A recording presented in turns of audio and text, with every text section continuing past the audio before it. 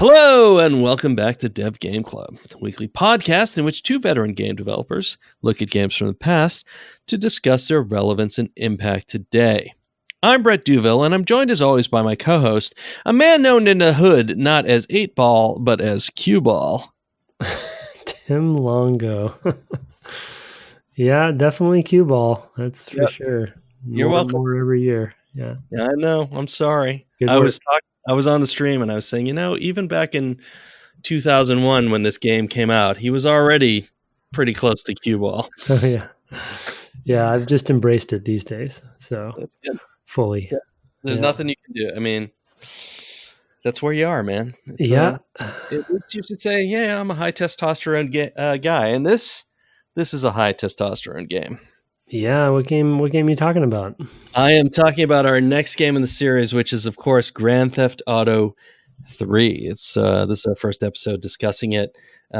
Actually, before we get into it, I want to cast back a week and say, man, I did the production on that Lulu Lemaire episode, and that was a great interview. I'm so pleased we got to talk to her.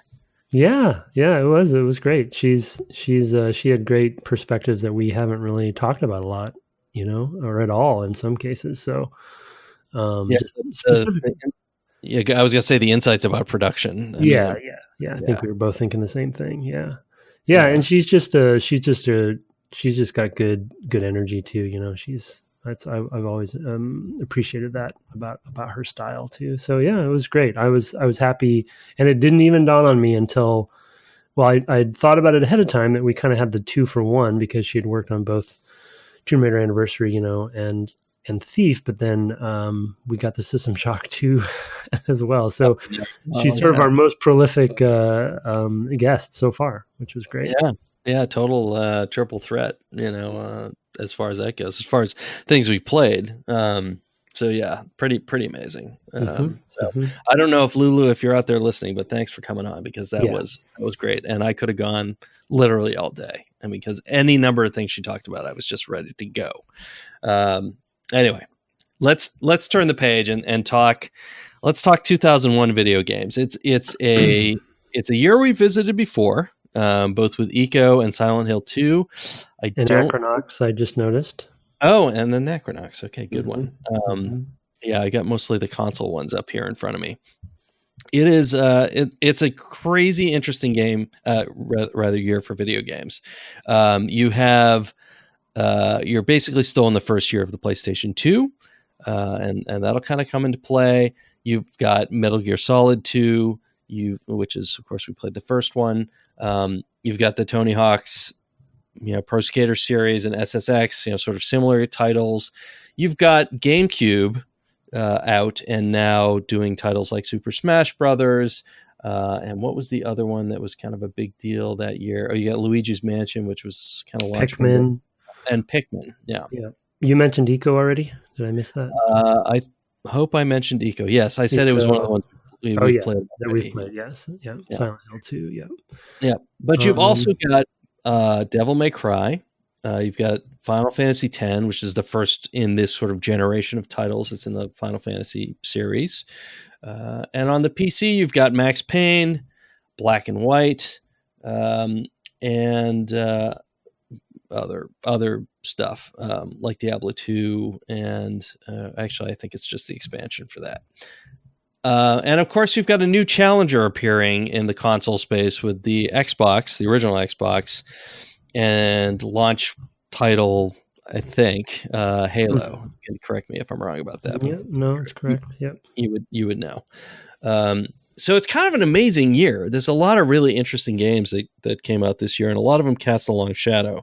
We talked about a few others that were kind of out this year with Baldur's Gate Dark Alliance, sort of a hack and slasher, and Conker's Bad Fur Day, which was kind of unusual for the platform on which it appeared. It was a GameCube title originally, although since Microsoft has purchased, was that Rare, I guess? Mm-hmm.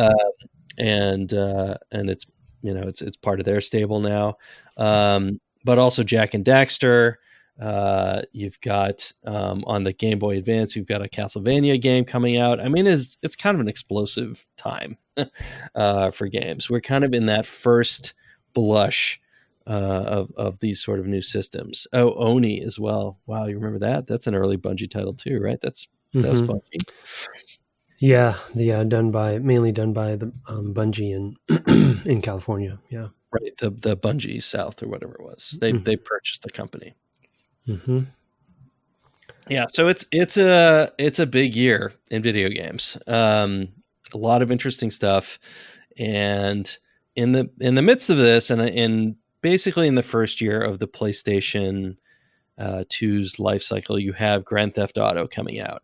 And it's really at the intersection not only of this sort of new generation of consoles, but also of a new cultural appreciation of, I guess, the anti-hero, specifically in the form of the mafia guy.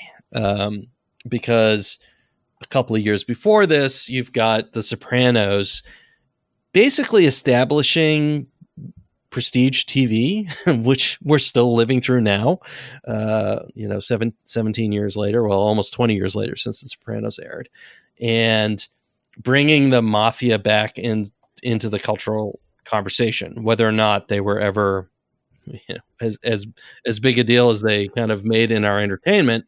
I mean, you had Scorsese the whole time making his stuff. You had Coppola even returning to The Godfather not too long before this. I couldn't put an exact year on that, but The Godfather 3 is within a decade, I think, of this game, and almost 1990, just by a few weeks. So you've got the mafia coming back into style, and really the birth on television of an anti-hero who is still with us today, with things like Better Call Saul or Breaking Bad, especially Breaking Bad. So this time really casts a long shadow culturally, I would say. And I think that's part of what gave birth to Grand Theft Auto 3. I think that's part of why this game captured the zeitgeist. Yeah. I mean, I'd agree. We feel like we talked about anti-hero a bit here and there, but it definitely that era, that was sort of the thing. And it wasn't even, and it just kept going in video games specifically, and I think we still struggle with it today about how to deal with that and when the right time is, rather than it just being a sort of, I don't know, commercial, I'll say commercial play, or, it is zeitgeist, right? And it is definitely within people's subconscious to go after that. But I think there also were some strategic decisions to go after the sort of anti-hero stories as well. And it was just sort of like in the cultural, mentality of people. And I feel like, has it ever really left in some ways, and I'm happy that definitely things are starting to, like just a recent example that I haven't played yet, but hearing a lot about and talking to people with Spider-Man, is one kind of really recent example of sure a completely different kind of hero and that still being successful, So yeah, it's maybe a little more balanced these days, but there was definitely a wave. And GTA was definitely one of those ones that hits it hard and embraces it and leans completely into it and makes sort of no apologies about it as well, right. Which is a kind of an interesting sort of lens for this game and this company and such. So yeah. No, and I think we'll go into that sort of nihilism and stuff in depth. But I mean, one of the other things that a trend I think that this kicked off was the sort of, I mean, gritty reboot is maybe too strong, but I feel like there were a lot of series that kicked off around this time that got darker with their second or third titles. Prince of Persia, for example, even Jack and Daxter, I feel like the second one was a darker game. And, and it was a thing that I think just that kind of swept through is like, well, these are the games that are selling now. Maybe we need to turn our characters more in this direction in order to make them more appealing to this market, right? The market that's buying these GTA games, for sure. Yeah, it was sort of it was a cultural, societal kind of thing happening where, that felt like that was the way that you freshen something up, was to make it dark and gritty. Right. And why we made Ready so dark and no. Really. Yeah. Well, I mean, definitely case in point, those are conversations we had about Republic Commando, right? Which we were developing at this time or soon to be developing. Yeah. So, we were not able to avoid it either. No, I mean, it was a change in the industry. I mean, it's a sea change in the industry, really, because of the immense popularity. Really, I think of this game more than any other game of the time. This set a tone for a generation. And although both of us have big problems with this game, I mean, I had comments and email from folks saying, geez, you guys seem a little maybe not totally sold on playing this game. I might be reading too much into this. And it's definitely one that we approach with some trepidation. For a number of reasons. I mean, Brett, to be honest, I mean, and we both share concerns, and Brett, I think, for the sake of the podcast and the sake of the importance of the game, has been asking for a while, and I will fully admit to the podcast that I definitely was pushing back, and we probably would have played it earlier if we kind of hadn't just had a culmination with Red Dead and stuff coming out, and kind of having that be such on the tips of people's tongues right now. So I couldn't really avoid it, and Brett as well, so yeah, it's going to be an interesting series because there's so many things to talk about, both from a development standpoint, but also just from a content standpoint, and the, mature with a capital M, and like I said earlier, making no apologies about it, and really not even commenting themselves on it, So a very interesting kind of cultural touchstone in that way. And I mean, when it comes to today, right, when it comes to this series specifically today, the best selling, highest grossing game of all time, right, is in this series. And so we're still under the shadow in various ways.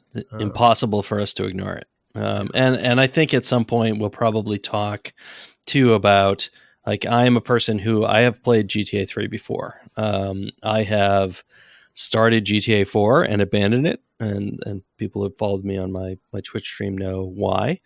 And GTA 5 I wouldn't even play, and I think that is something I also talked about there. So this is a series. I mean, GTA 5 I won't ever play.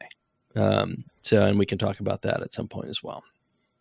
But yeah, it casts a long shadow. It's unavoidable. I don't even know that we'll finish it. To be honest, we'll see, because I think we have a lot of moral objections, and more so even than talking about like Metal Gear and its sexism. This is a thing that has a lot of issues throughout. It is marbled with problems. In fact, there's more marble probably than meat in some ways. But I want to talk first a little bit about the history of the studio from which it came, that eventually became Rockstar North.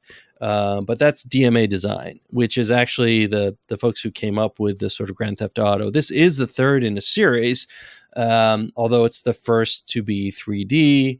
It's the first to be sort of over the shoulder and all of that. The other two were top-down games. DMA Design, which actually was already the second name of this company, it had been prior Acme Software, was founded by David Jones, Russell Kay, and Steve Hammond and Mike Daly.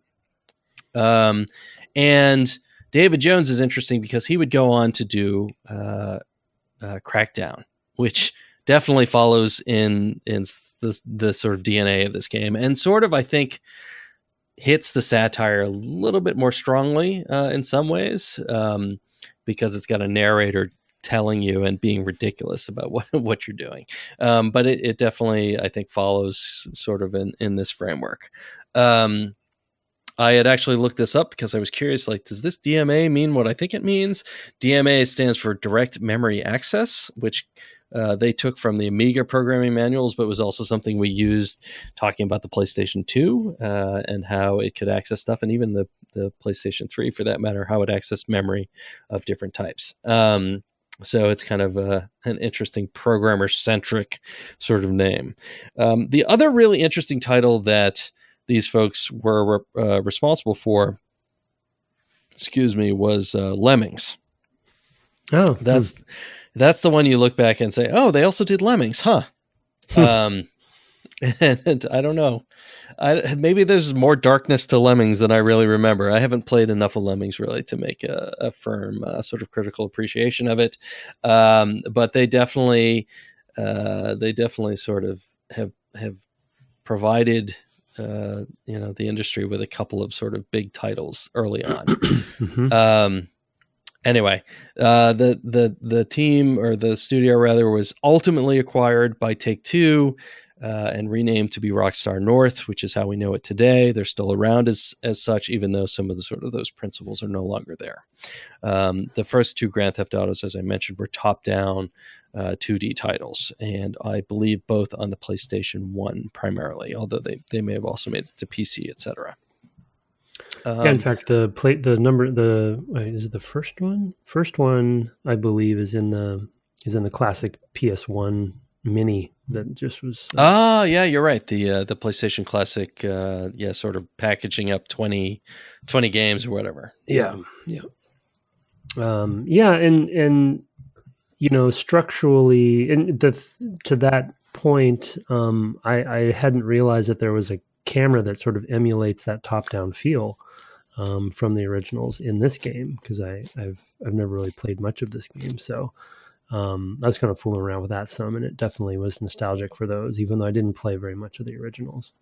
But yeah, it's and he I believe he's involved. David Jones is involved again with Crackdown 3 in some way, or he was at one point and then he left. Correct, right. Yeah, so he founded Reagent Games, which was working on Crackdown 3 in 2012. But another company he had founded, CloudGen, was acquired by Epic, and he has since gone to be the sort of director of cloud strategy for Epic, and has left his other company, Reagent Games, in the meantime. So he's a character who himself, I think, casts a long shadow between Lemmings, Grand Theft Auto, and Crackdown. So certainly a name I knew, and kind of didn't really know why I knew it until tonight, looking this up and going, oh yeah, that's right, that's this guy. Because definitely Lemmings actually is what I associated with him, believe it or not, rather than Grand Theft Auto. So. It's we won't know this for sure, and I don't know how to even do the research on this per se, but it's kind of interesting to think about how when they were acquired and how the Housers kind of play into this particular game. Because I might need to go and kind of maybe watch some videos or something of 1 and 2, but I'm wondering if, to your point about sort of the gangster culture and the mobster culture, if the sort of tonal shift or kind of the deeper look at sort of the characterization of all of the players in the game, it's because I think the characterizations are pretty interesting and well fleshed out for a game of this era. But I'm wondering if some of that is the Housers bringing that in, you know what I mean, versus David Jones kind of taking the game to 3D. And as we know, the Housers actually have a huge impact on the writing style and actually content creation of the games later. So something that we should try to figure out if we can find out, like what roles, each of them played in this particular game. Yeah, no, I agree. I mean, I think that also, this is also a British company, and when they're doing their sort of original titles, I think that sort of British mobsters are also kind of in the conversation with the Grand Theft Auto 1 and 2 games, with films like The Craze, which are about I forget their names, what I said, Ronald and Reginald, maybe. Real mobsters, but there was a film in the early 90s about them, quite good actually. And there was also oh my goodness, I can't remember his name. I'm going to look it up. Oh, Bob Hoskins. There was a Bob Hoskins mob film around the time as well, which was about and I'm looking this up feverishly because I can't remember. The Long Good Friday. Oh, that's much earlier. So it's earlier than I thought. Wow, way earlier than I thought. Anyway, I feel like there was sort of a criminal conversation going on, in Great Britain as well, at the time. So it's possible that they sort of, they picked up on it and they started making stuff around it. But also David Jones has talked about being, a big fan of games that are more open-ended and don't really have a specific sort of goal in mind and not the sort of linear story. And although I think that the first couple of Grand Theft Autos were more like, one of them I think was very level based and you could pick different characters, but you're trying to achieve scores and going to different cities. It's not exactly the same game, but it's not far either. If you squint and kind of look and say, oh, okay, what if you took this and made it 3D? You can sort of see how it gets there. So anyway. Yeah, totally. Yeah, and I think I was, to be specific, I think I was talking about the writing maybe, you know what I mean? Okay, yeah, sure. And how... Because again, I didn't play the early ones enough to remember or know, but I'm betting that there was a writing style and tone and quality change with this one. At least in the early cinematics that I've seen so far, you can see that there's some care and attention put into that, and maybe you can have the dotted line come back from there to, and then go forward to the GTAs and the Red Deads of today and Bully and sure. So that might have been a shift. I just feel like the early ones were a little more gamey and arcadey and not maybe taking themselves as seriously. Yeah, I think that's pretty fair, actually. Yeah. Okay, so let's actually talk about sort of like the cinematic style that really begins this game, which is that it starts out with both movie style credits or even television style credits, and it'd be more accurate to say film style. And then you've got this very stylized art presentation, which I think is Ian McKay, if I'm not mistaken. Oh, really? Yeah. Oh, yeah. He's in the credits. Wow. That's surprising. And yeah, I think he designed those characters. Those character images are his? Interesting. Yeah, I believe so. That was what that's what I kind of grokked from the credits. I'll have to look that up. Yeah. He's definitely in it. But yeah, I believe he's considered to be sort of a designer of the characters of Grand Theft Auto. And you can definitely, there's a strong art style. And it carries through with all these titles. And so it's probably worth talking about, but you have that sort of those opening scenes where you're seeing characters in sort of very high stylized, they're a cartoony look, right? With sort of broad outlines, but they're immediately recognizable. You don't look at that and think of anything but Grand Theft Auto today, I would say. No, that they carried that for, kind of even up until 5, I feel like. All the way through. Art and It's their key art for sure. Yeah. It's definitely a style that when you look at it, you're like, yep, that's something that you definitely can give them credit for, that consistency over time for sure.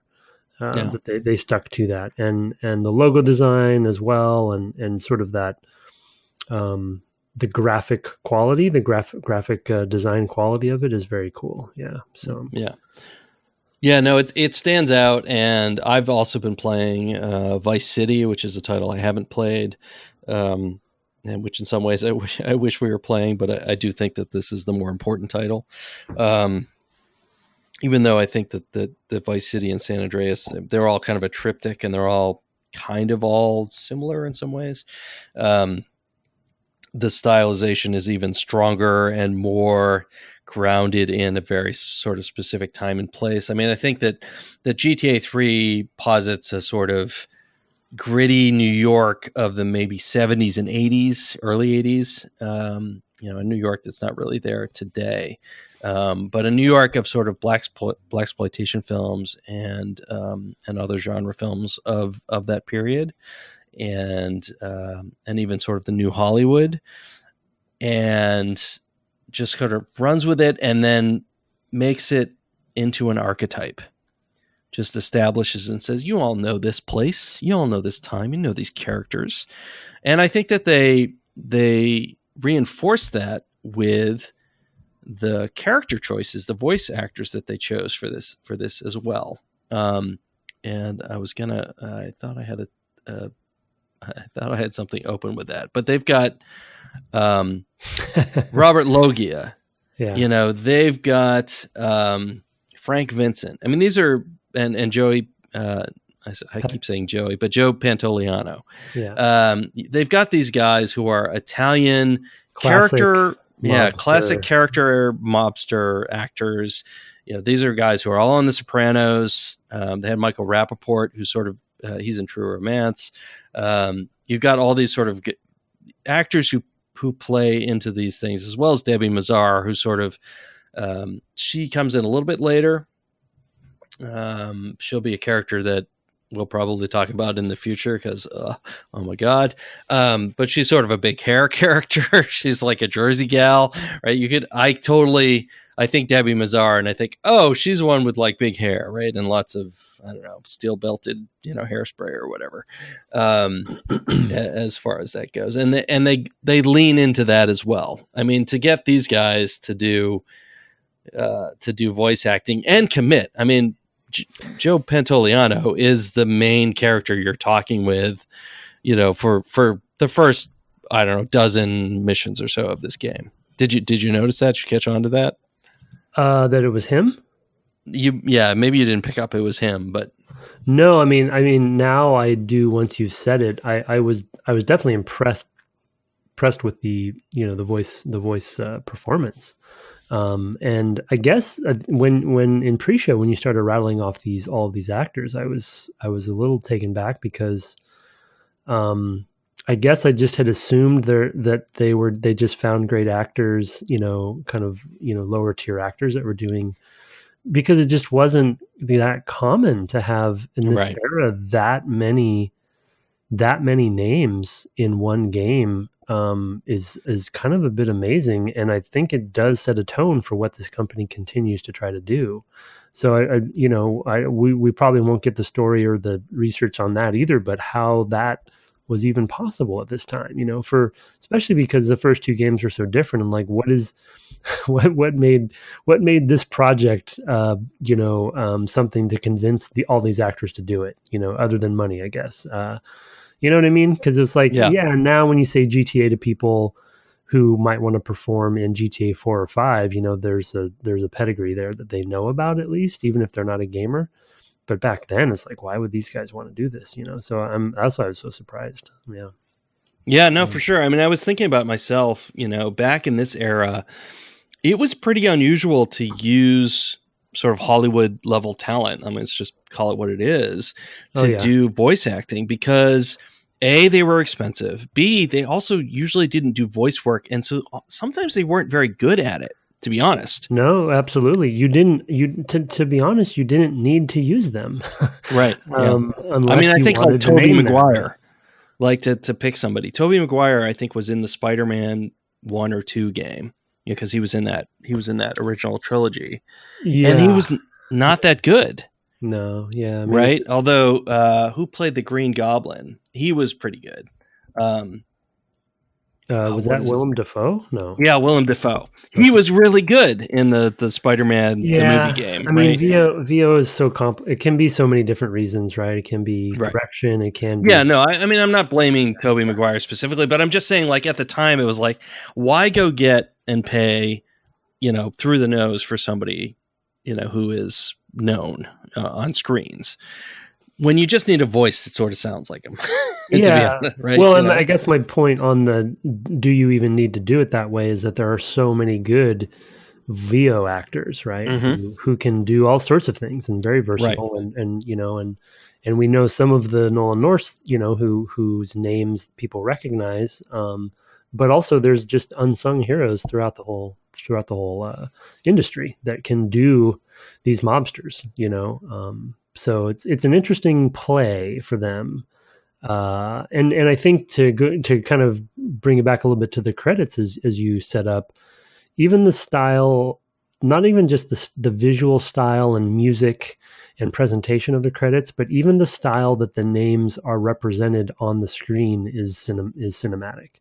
It builds up to the executive producer. Right. And which is interesting because it doesn't build up to, say, a director, right? Which is right. And of course that person is Sam Houser. So you start seeing, and then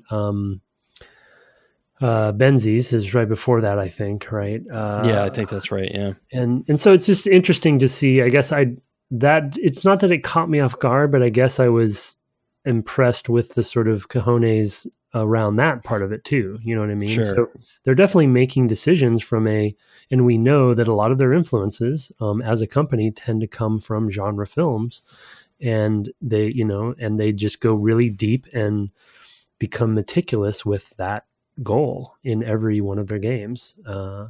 And so, yeah, I guess in retrospect, it kind of doesn't surprise me that they went after sort of Hollywood talent, and it's a bit of a bold move, but maybe therein lies some of their genius, I guess I'll say, even though it's still weird for me to say that. But yeah, no, I mean, I think they're ambitious. Ambition's better. I guess I won't use the genius word, but yeah, no, they definitely reach out, in a big way. I mean, this is a time when they're rock stars. Yeah, well, yeah, they sort of switched to that name, right? I mean, they definitely are like, you know what, we're going to go big. We're just going to go big. We're not going to apologize for anything. And I think, I mean, that's something that you've kind of called out, is that they're just like, this is what we are. We're just going to do this thing.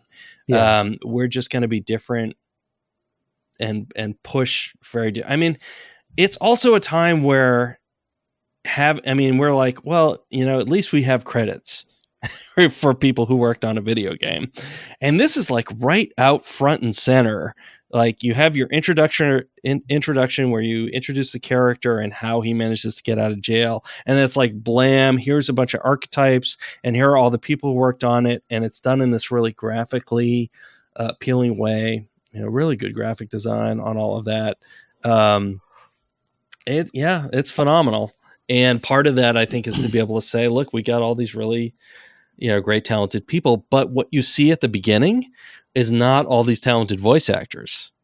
It's all the developers. That sort of principal. I mean, I think it's like 24 people at DMA Design at this time, who are doing the work, making this game.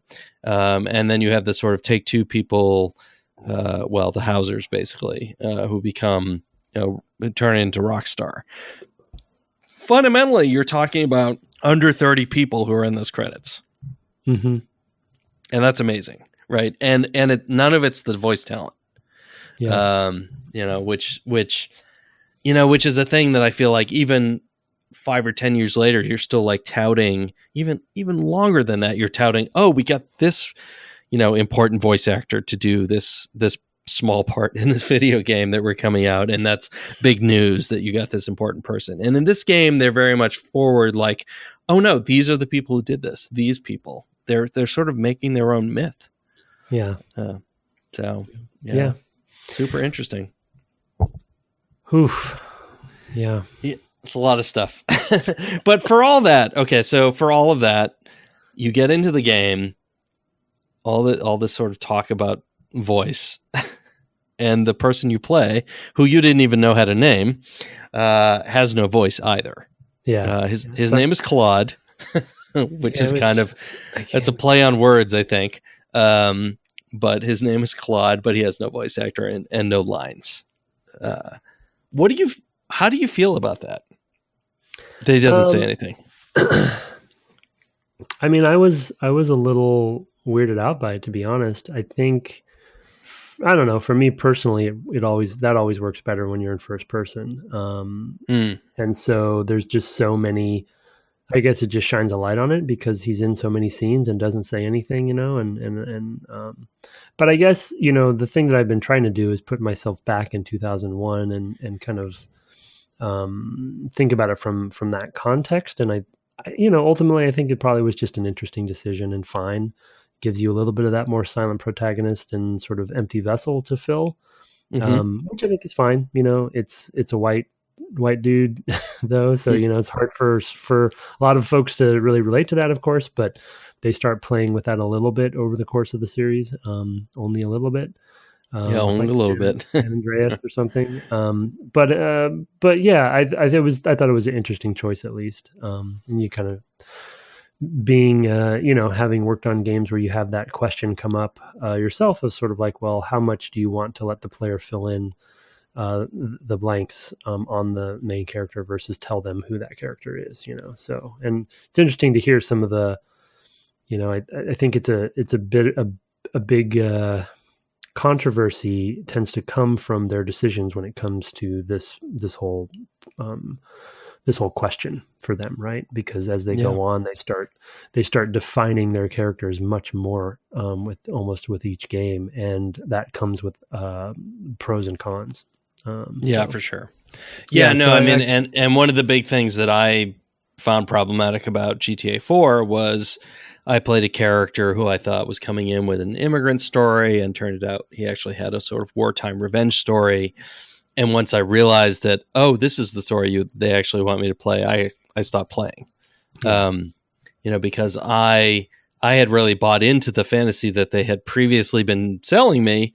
Like, oh, it's a guy trying to make his way, but he, you know, but because of systemic whatever, he really can't. He can't get a foothold, and so he has to do these things. You know, his cousin's in trouble, et cetera, et cetera, et cetera, and he needs to do things that are a little shady to get money in a hurry.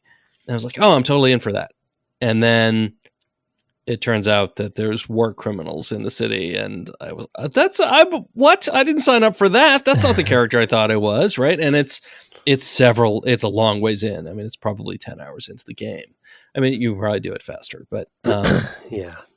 But getting to that point and just going, oh, I'm not this one story. I mean, just to point out the ways that can kind of go wrong for an individual player, in that case, me. So yeah.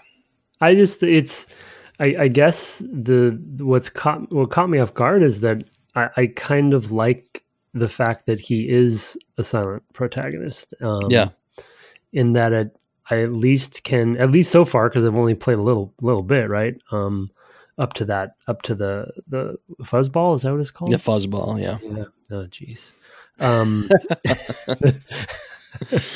I've only played up to that point, but at least for now, I can at least graft a little bit of what I want this character to be versus, you know, a lot of their other games that, to your point with 4, and it's, you know, you made the point earlier that at least in David Jones's case, and I don't actually, to be honest, know the Hauser's perspective on this, but having a more open-ended game, and we're going to talk about that in a second, I'm sure, but also an undirected game. As soon as you start, you know, to your point about 4, it's like, well, is it undirected anymore? You know, and right. and it's this weird this weird tension between the genre and the structure, and then the story, you know, the ludonarrative dissidence and blah, blah, blah. So it's like, I don't know. It's a very intriguing thing to start playing with this one, because I haven't played any of them, and then see, because, you know, immediately you jump in and you're given some direction, but you don't have to take that on, apparently, even though I did kind of play it in a sort of linear fashion in this first session. But you don't have to. So it's like, I'm going to have to fool around with it to see what that means and how much it changes things for me. Because right now I'm just playing this guy who's working for this mob, you know, so I don't know what will happen later as it opens up, but it's an interesting choice at least. And I kind of wish they did more of that. Yeah, no, I tend to agree. Although Yeah, it's a tricky thing for sure. It's a complicated thing. Yeah. It's a very we could probably do a year podcast just talking about how different games approach this. I mean, you look at something like the Godfather game, which is quite a few years after this. I mean, maybe close to 10 years even after this. I don't remember. I didn't play that game. But you get the Godfather license, you're like, oh cool, I get to play Corleone. And no, you get to play some random, thug in their organization. It's like, well, that doesn't match what I want to do in The Godfather, right? I want to be Michael, or I want to be Sonny, or whatever. I certainly don't want to be Fredo.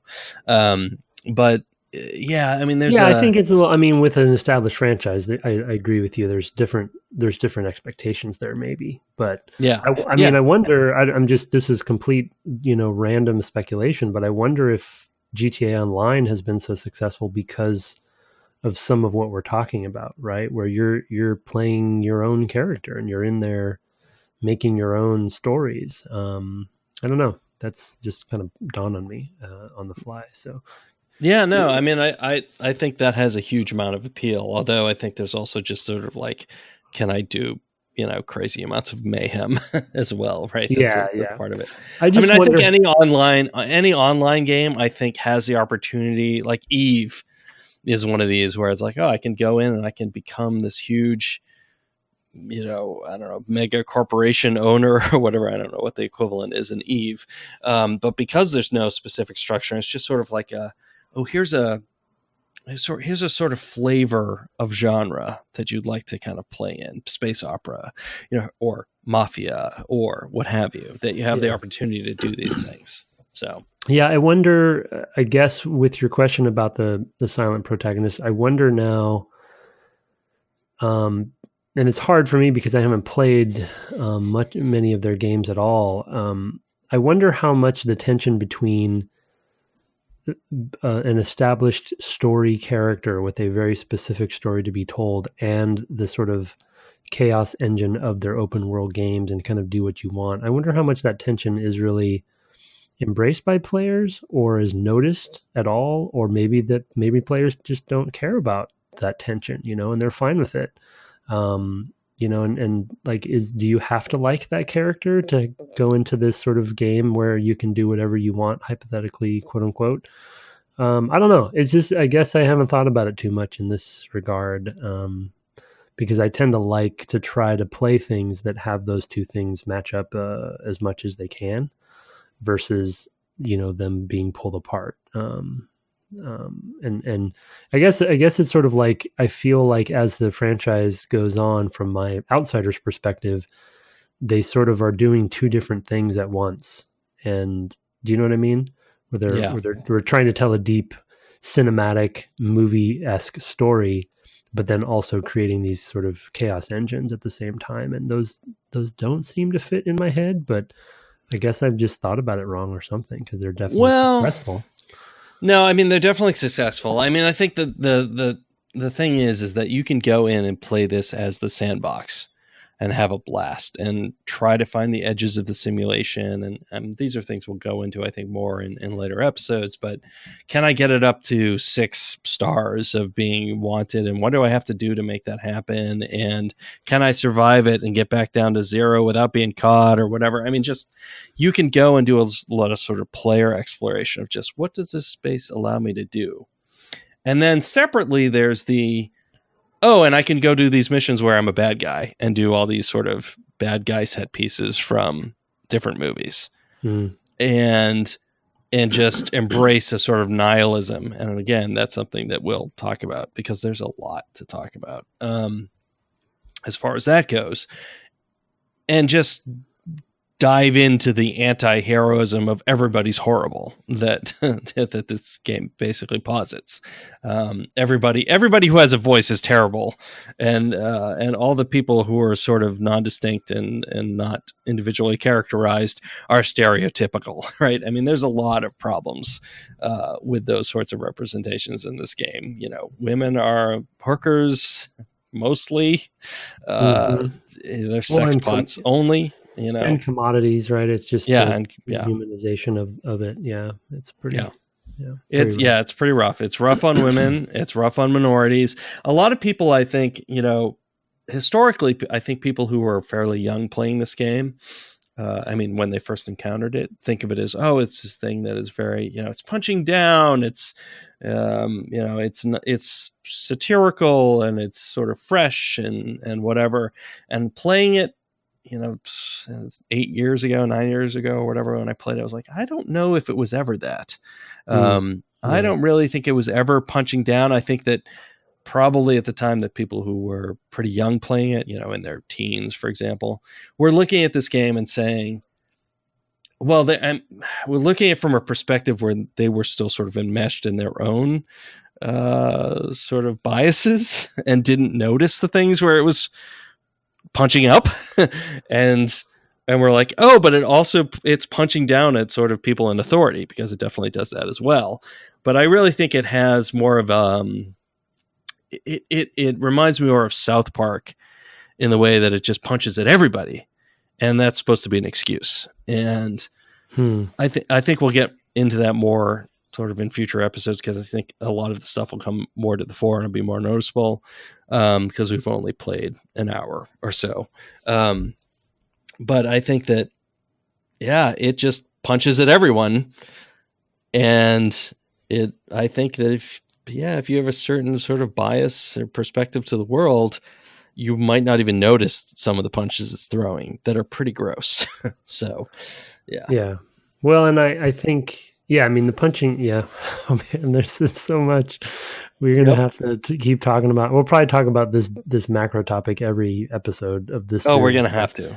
Yeah. But I guess the small thing the short thing I'll say right now, and then we can keep going, I guess, is I've heard the punching at everything excuse for them before, and I think the trick for me has always been you make design decisions and creative decisions in what systems and motivations you put in the game. Those are decisions you have to make, and there's thousands of decisions to be made there, and you choose the ones that you put in and the ones you don't put in. And by those decisions, you're also sort of not dictating, but you're presenting a boundary for players to play within, a sandbox, if you will, that is a comment, is commentary on what you're trying to tell, even when it's not a linear mission. Do you know what I mean? And so it's sort of like, you're punching into everybody and you're trying to be sort of like, but also you've made these decisions that players may not completely realize you've made, and given them choices to be made and choices that they can't even make because there's not a system to support it. And then thus you're forcing your player to deal with consequences or not, so anyway, so it's a fascinating way to go. And I guess at the very end of the day, like we said a couple times already, at least they chose their direction and they, went to the hilt with it. And that's something, I guess. It is. I mean, and it is a very nihilistic something, right? I mean, it is the thing that I think that with this series, I run up against, especially with this title and to some degree with 4, and I won't, like I said, I won't play 5 because I think it even goes too far in this degree. The way that it turns into entertainment, a lot of things that are really grotesque and nihilistic and awful. Again, these are things we're going to return to. I had a question on one of my streams of like, are you going to like talk about this more than just kind of upfront and say, and I was like, I think we're going to have to, because it's just going to happen. It's just going to keep coming up. How this is, to that point, and maybe sort of as the last thing to talk about, because we're at 50 minutes already. I went back and looked at, I played this some years ago and blogged about it, and the sort of a couple of different things. There were a couple of different posts I had about it. And one of them was about the way we represent different roles in society, and how we embrace a much wider view of them in film or in books and then in video games.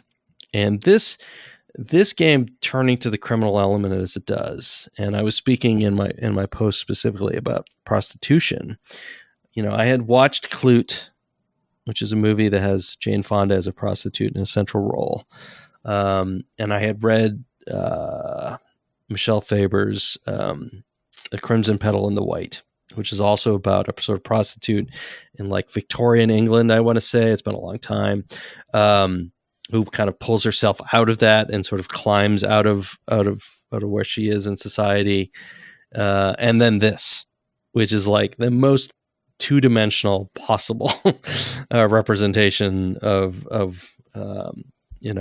women who have to women who work as sex workers. And I was like, wow. I mean, like, we have a long way to go. I guess is basically where I ended up. Like, we just don't explore anything, in video games.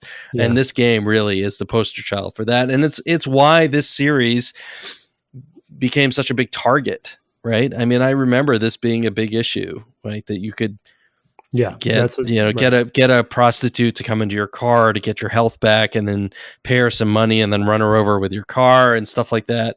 And it's like, okay, mechanically all those things are true.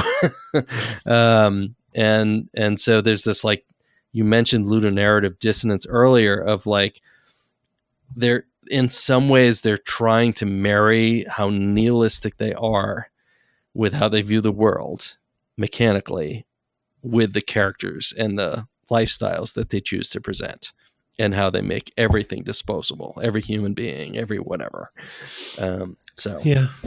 Yeah. I mean, clearly, it's, I just struggle because there, there's, I don't want to go down to sort of like hope for humanity kind of conversations, but these games are highly, highly successful, And so what does that mean? Tim, you're not telling me at your age that you still hope for humanity. I know. I don't. Okay, good man. No, I don't. But I guess I do. I want to. I don't. Yeah, exactly. That's it. I don't, but I want to. And I'm not knocking the craftsmanship or the craft or the talent. I guess I'm just knocking the responsibility. And there's definitely, I struggle because there's also a side of me, to your point, of like, hey, this is them. They're representing themselves and they're just going for it. And that should be their right to do, And because it's an the key to all of this is it's an interactive medium, and the player is making choices within the sandbox that they've been given. And, so therefore they are grafting upon the player their own nihilistic views by what systems they've designed into the game.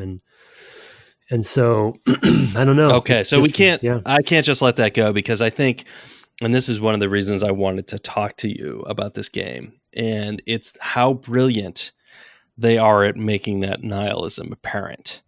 And that I want to talk specifically about the driving, because this is a game, as you pointed out, I think even last episode when we, sort of the post show, we were talking about, we're going to play this game. And you're like, well, I tried to drive according to the rules of the road, stopping at stoplights, etc. And this game systemically makes it impossible, especially when you get to like the fuzzball, where you have to do this thing in a timely manner. Makes it impossible to do that. You have to become a psychopathic driver in order to complete things in the time that they want you to. Because they spawn bad drivers who drive slowly and stop at everything, etc., and they make the lights in front. They literally spawn that directly in front of you because they know you're headed in this direction, and they make it impossible to get through without just ignoring every possible rule of the road. Mm-hmm. So they force the player into this worldview. Yeah, they've taken the systems of the world that people understand and know, like traffic rules, like pedestrian safety, whatever it is. Sure. And they've put it in a place where it's diametrically opposed to succeeding in the game. Yeah. And obviously intentionally. And I guess my frustration is I feel like what we will probably end up doing a lot on this series is talking about sort of like their intent. And I really almost don't want to, I don't want to be unfair, I guess, but I don't want to give them the credit that they thought about it that much. That they actually thought it through, that, hey, I know we are nihilists and we feel this way. Let's make these decisions to really stick it to them, and really make them think about it. And I just don't think they did. I just think I think they tried to simulate a city, and they put some things in it, and they had some good character counts that they were impressed with, and they put things in traffic patterns, and then the rest came as it. Yeah, and then they tightened the screws. Yeah, and I don't think that the Hauser brothers were looking up from their copies of Sartre or whatever and saying, "Oh, this is what I want." I agree with you. Yeah. I don't either want to give them that sort of intentionality, but nonetheless, I feel like. I don't know. I want to look at something. I almost want to contrast this with something like Dungeon Keeper, where there's a certain glee in being malicious. It's sort of cheeky and funny and silly and like so over the top. It's ridiculous. And this doesn't feel that way to me, right? It doesn't have that tone of like, we know, like, I don't feel like their tongue is in their cheek. No. I don't think so. I think they knew what they were doing in that regard, but I don't think that they were making a deeper commentary on it, right? I think they were simulating, I don't want to say it's a psychopath simulation, but I don't think that was that intentional, but I think they were just making a chaos engine and letting the pieces fall where they may. I mean, they have spinning power-ups, right? I mean, yeah. The thought that came to mind is if you were to make this game highly, well, again, I don't know. I haven't played the recent one, so I can't even comment on this. Maybe it's still like this, but if you were to make this particular game an extremely high fidelity, photorealistic looking game, but keep everything else the same. Say you remastered this game and it looked amazing, but all the systems and everything worked exactly the same. I think you'd be weirded out by it. Because it's, I think there's a little bit of getting away with sort of like the stylism of it and the low poly, and this era, we talked about this in other series. This era had some of that, right? Where you forgive certain things because of that.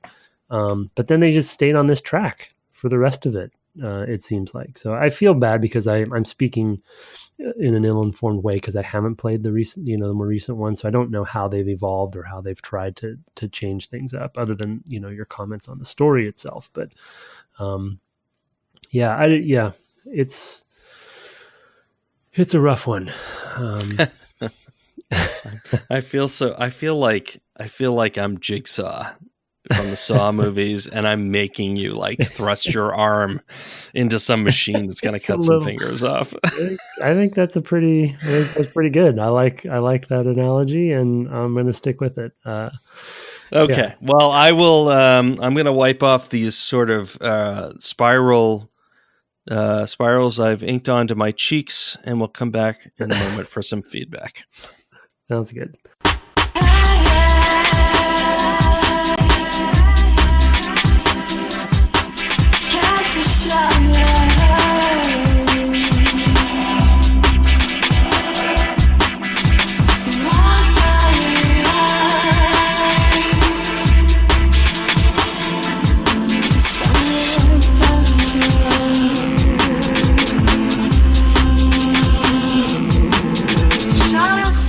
Welcome back from the break. We're looking forward to what we're going to play to next time.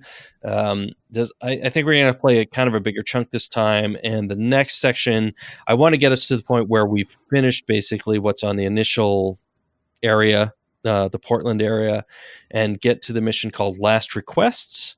That'll give us a ton to talk about as far as mission structure. We already have more than we were able to cover just in the first 55 or whatever minutes of this podcast, but that'll give us even more to talk about. And I think at that point, we'll have been exposed to almost all the characters Not quite all of the characters. There are a couple of others coming, but most of the sort of Italian mafia characters that I think are interesting to talk about. And it'll be interesting to talk about all of that. And the mission structure will be kind of different, because I emailed you about this when I said, "Oh, play this far," and I said, "Oh, it could be 6 missions or it could be more." And for you, it ended up being the minimum. Is that right? Yeah, I think so. Yeah, basically. Yeah. Yeah. I mean, you played basically just going to the same mission giver again and again and again. Yeah. Yeah. So that makes it the minimum to get to what I said. And I couldn't remember if there were sort of gating missions that were like, oh, you can't unlock more for this other person until you've done these or whatever. But I mean, I think that'll also give us more sort of food for thought or things to talk about as far as the voice acting, because some of these characters who are these Hollywood people only have, like Joey Pantoliano, the fuzzball, I think, is his last mission. So I'm not sure you talk to him again.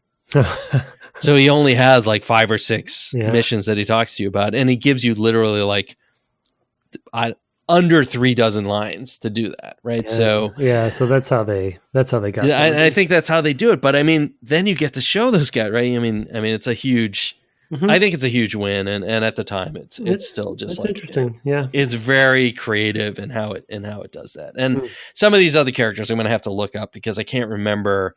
Like, I think Tony Cipriani is the Michael Madsen character, and again, he's like 5 missions that he gives you.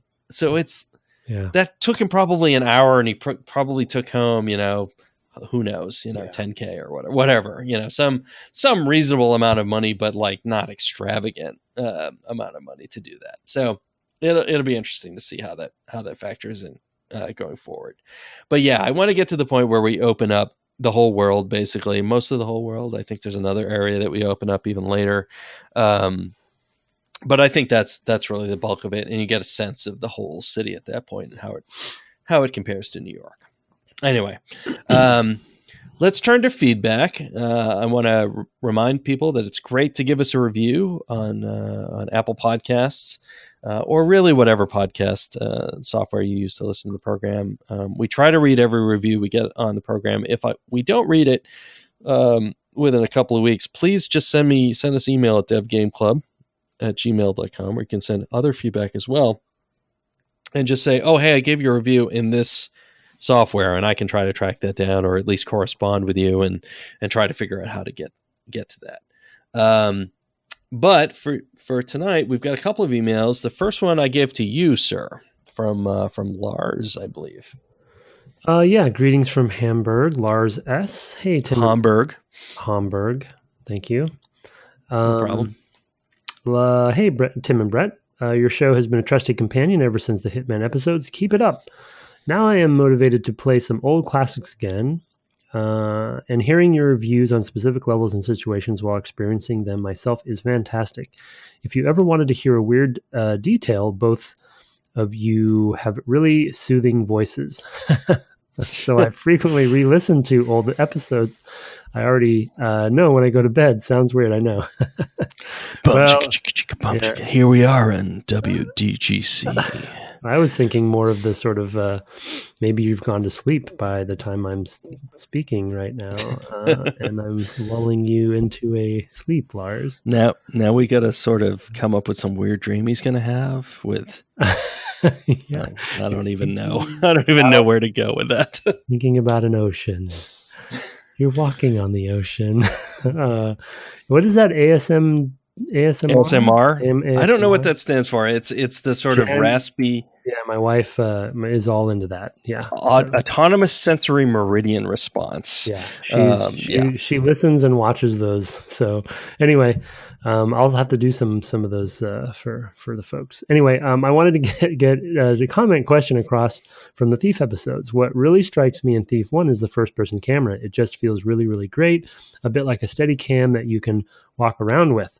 From my POV, many games are lacking in the basic quote unquote, how does it feel to walk around department. But Thief is so old, yet already does a fantastic job. Is this a topic that you encounter often in your day-to-day work, or is this something that has not a high priority in modern development process?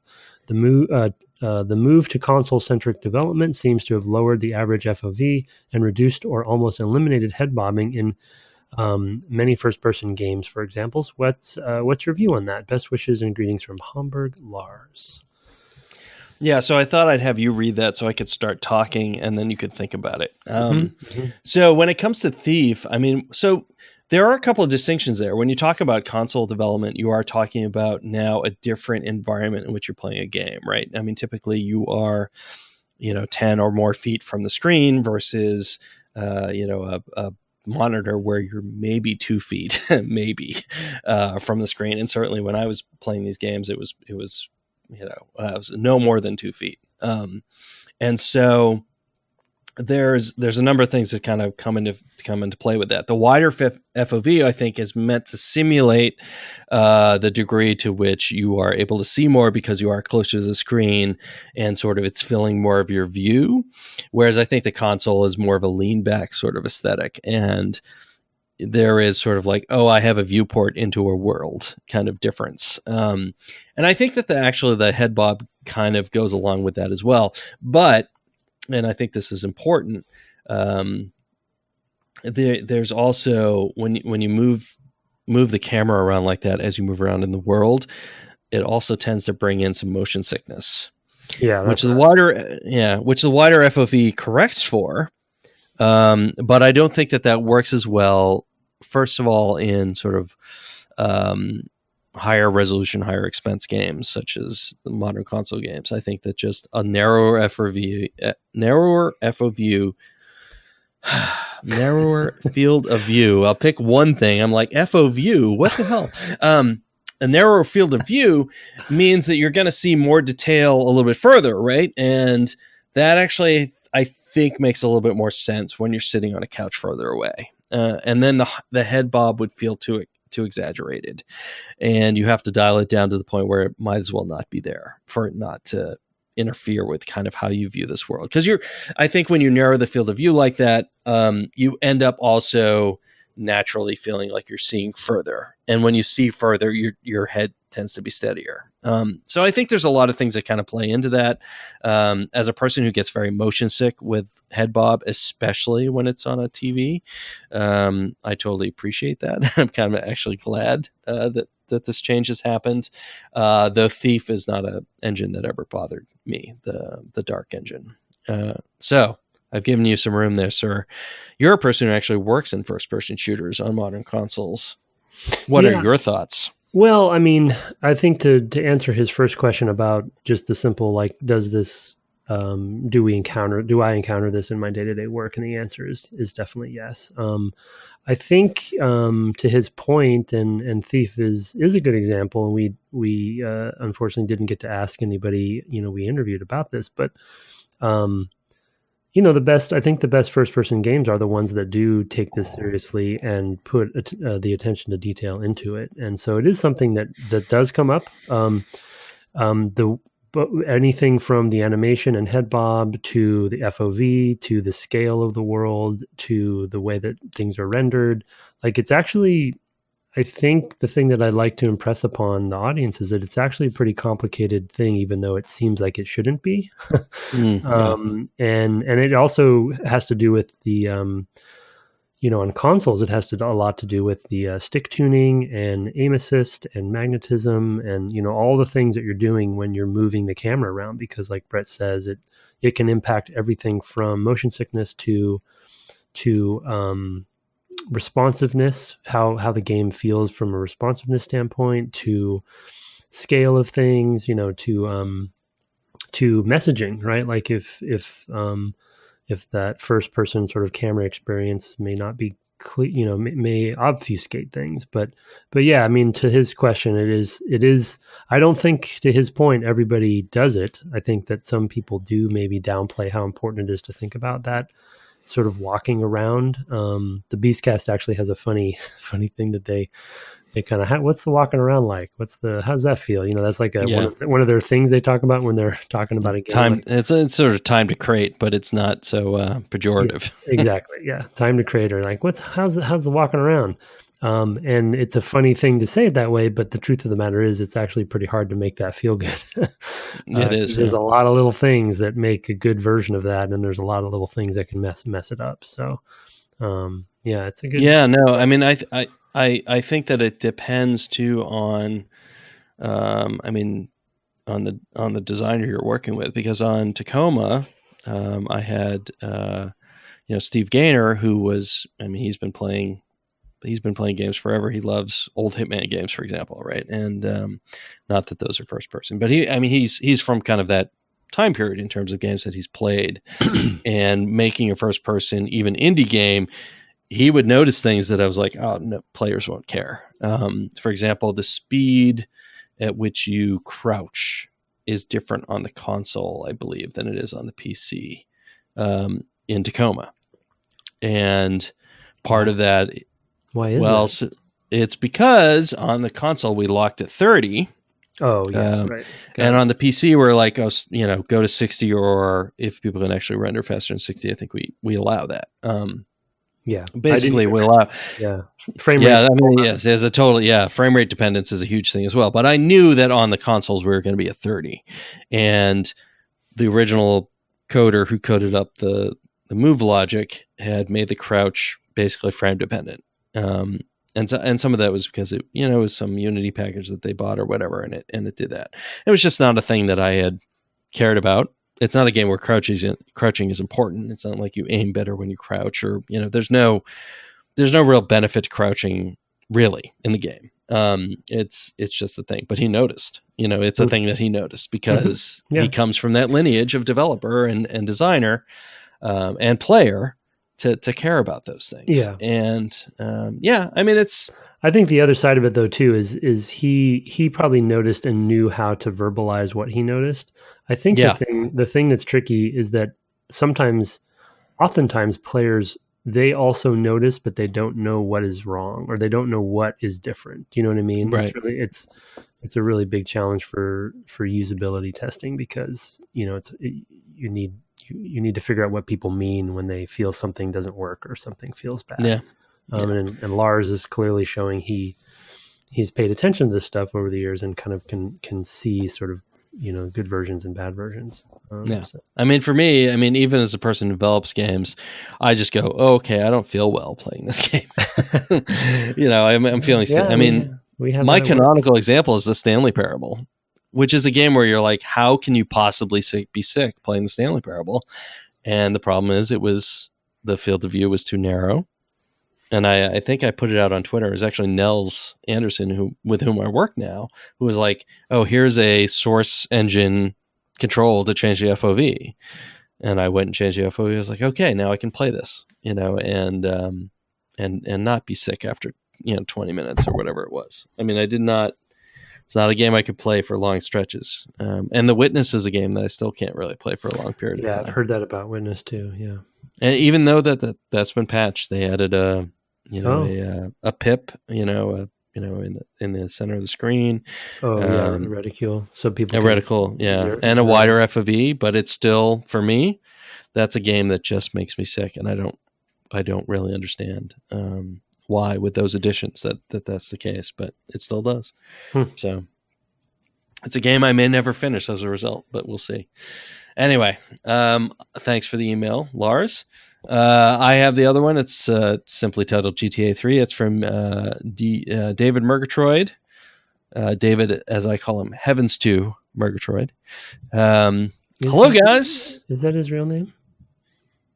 David Murgatroyd, I believe, is his real name. The Heavens to is me adding. No, I know, but it's an amazing name. It's pretty great. Yeah. That's how he appears on my streams as well. He comes in every now and again. Anyway, he says, hello, guys. This is my first time writing, but I'm not sure what about this particular game has compelled me to do so, as you've already played some of my favorite games, such as Hitman 2, Metal Gear Solid, and Fallout. But alas, I have a strong history with the GTA series, playing and owning them all. My first experience with the series came when at the age of 10, I convinced my mom to rent the first game on the original PlayStation for me and my sister to play. Those top-down games seemed somewhat cartoony, so I was able to convince her to do so, despite the insistence of the clerk that these were adult-only games. Thanks, Mom. I first played GTA 3 a couple years after release, having already played Vice City and finding myself wanting more. Even then, going back just one iteration, you could already feel the improvements they had made between games, though it didn't make GTA 3 any less playable. As most may attest as well, my progress through its story was often hindered by countless hours of driving, killing, flipping cars, shooting rocket launchers, and driving taxis, as any responsible teenager would do. Yes, I was still underage. I eventually did complete the game, and years later, after playing all of the following iterations, this is the one I find myself coming back to, even though somewhat ironically as an adult, I found myself less enthralled with the Rockstar formula. That part in quotes. Whenever I feel an itch to play, I'll just pop in GTA 3 and drive a taxi around, taking fares to their destinations, and fly the clunky Dodo plane, trying to keep it airborne for as long as possible. I don't even really kill in these games anymore, apart from the odd jaywalker that blocks my path en route to dropping off my taxi fare in a timely fashion, and surely I can't be the only one that stops at red lights. The traffic signal, not the shady area of town. I think this one, not bloated by story or hindered by a playable character with, well, character, allows me to just pick up and play for an hour and satiate that itch. That's why it's my favorite of the series that I keep coming back to after all these years. See, who said Grand Theft Auto would corrupt the children that played it? Anyway, thanks guys, and keep up the great work. David, Cell 4, Block H, New Jersey State Prison, New Jersey. Just kidding, I'm from England. Wow, that's a classic mail. Yeah, that's a good mail. Yeah, there's a lot of stuff in here that, stopping at the red lights and everything, we sort of started to touch on there towards the end, and not killing the odd. I mean, to be fair, killing the odd jaywalker that blocks your path is really a New York taxi tradition, so I'm not sure that that's really out. Yeah, it is illegal, so they shouldn't be. Yeah. Yeah, exactly. Right. I mean, come on. Yeah. If you're gonna, I'm walking here. Yeah, I mean, we talked about some of that. It's interesting with the character, the silent protagonist, and Empty Vessel. It's an interesting point that he goes back to it because of it. And that clean slate is actually a big. It sounds like, though he may not have realized it, until recently, that's a motivation for him. So interesting. Yeah. And it's interesting. I've been playing Vice City on the stream as well. Yeah. And that has Ray Liotta as the main character.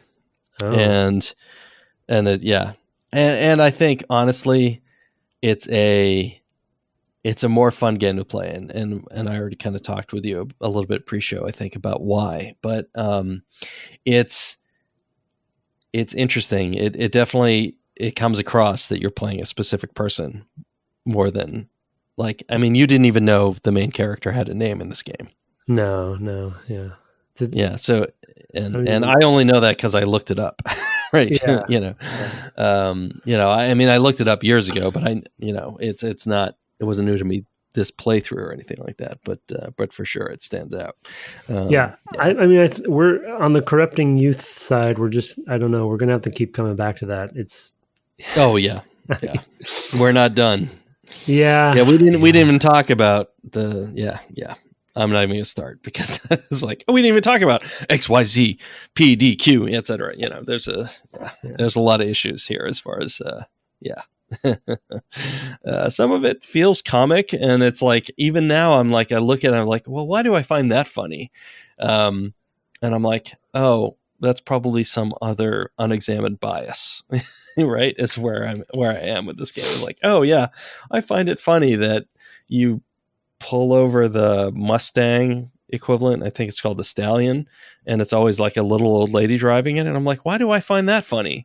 I'm like, oh, I know why. It's because I had he was like a first cousin twice removed or something like, but an old person, like one of my grandfather's cousins who drove a car that had a turbo, and he was 80.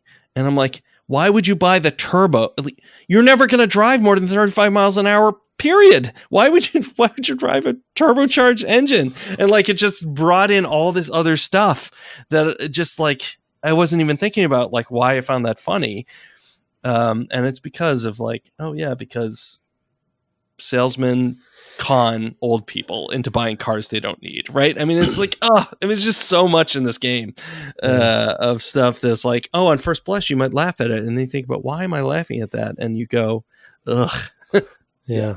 I hesitate to bring this up at the end, and we can maybe talk about it in the future. And I'm hesitant to even bring it up because I don't know if I really want to talk about it in the context of this game. But you and I recently had brought back up the kitsch, kitsch topic, And, it was off mic, but yeah, sure. Yeah, it was off mic. And so maybe we can share some of that with the audience in the future, and sort of like just that weird sort of dichotomy of kitsch versus art. And it was Moriarty, right, who brought that up originally? It was, yeah. Brian Moriarty, yeah. Brian Moriarty. We both saw his GDC talk. I think we were both there, right? And probably we were sat together, though I will not remember it ever. Nope.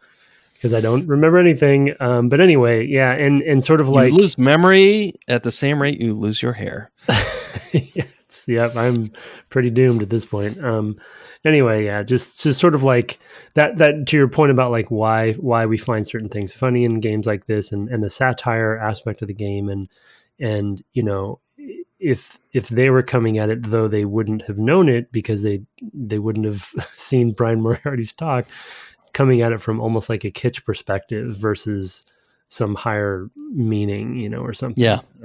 And that's a good lens. Yeah, for sure. Old lady, it's like, of course that's hilarious. It's like, we're going to put the little old lady in the stallion, and aren't we clever? And, snickering developers at their desk, and, and then they move on.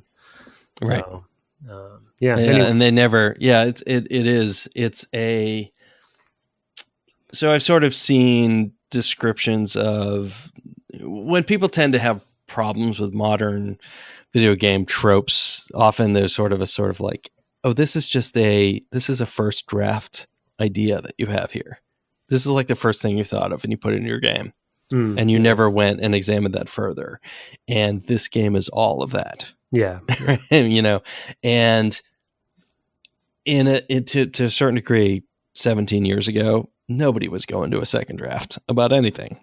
We barely had writers on our games. Although there was no editing. It was just like, right. It goes in. Yeah. And you just move. Yeah. You come up with it, you put it in. I mean, the first game we edited the story on was Jedi Starfighter. And that was only because we had a national crisis where some buildings were knocked down.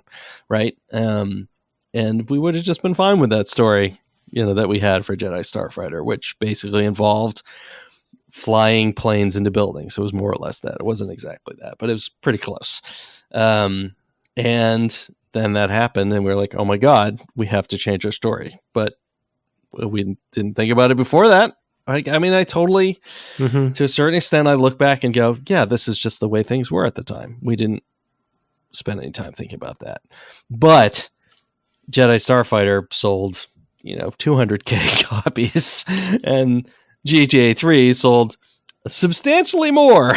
So, you just like look at the shadow that casts, and you just go, oh my God, you don't know going into that you're going to have that responsibility. Anyway. Yeah.